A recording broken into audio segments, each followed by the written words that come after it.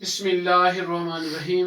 عزیز طالبات، آج ہم پڑھ رہے ہیں پروین شاکر کی غزل نمبر 1.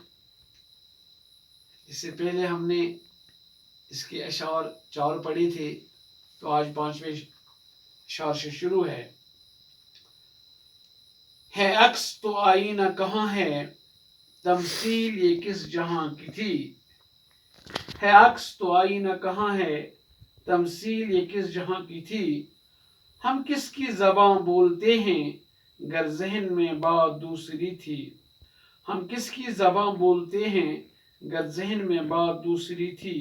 تنہا ہے اگر ازل سے انسان، یہ بزم کلام کیوں سجی ہے. تنہا ہے اگر ازل سے انسان، یہ بزم کلام کیوں سجی ہے. تھا آگ ہی جب میرا مقدر، کیوں خاک میں پھر شفا رکھی تھی.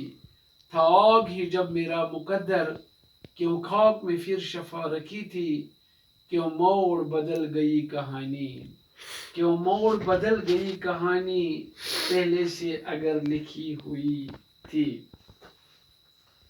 پانچواں شعر ہے یہ. ہے عکس تو آئینہ کہاں ہے. شاعر فرماتے ہیں اس دنیا کو آئینے سے تشبیہ دیتے ہوئے شاعرہ پروین شاکر فرماتے ہیں اگر یہ دنیا آئینہ خانہ ہے تو اصل آئینہ یہاں نہیں ہے، بلکہ آئینے کا عکس ہے.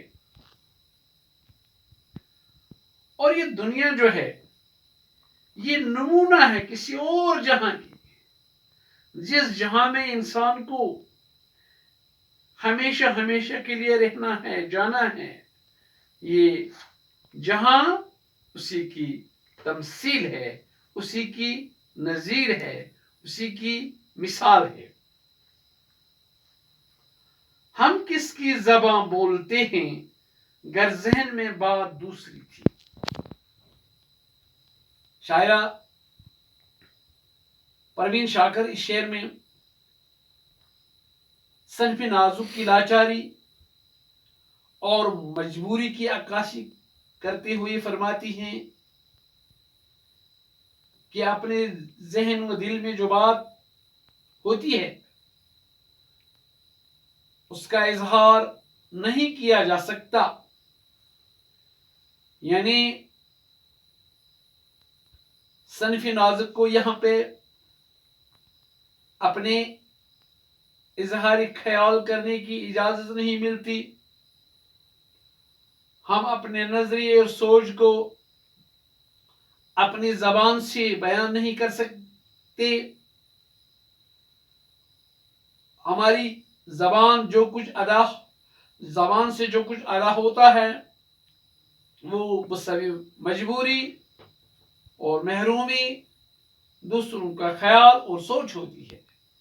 مراد یہ کہ عورت کو اظہار خیال کرنے پہ یہاں پہ سخت سے سخت، کڑی سے کڑی پابندی ہے، اور یہاں پہ اپنے معافی ضمیر کو ادا کرنے کی اجازت نہیں ہے.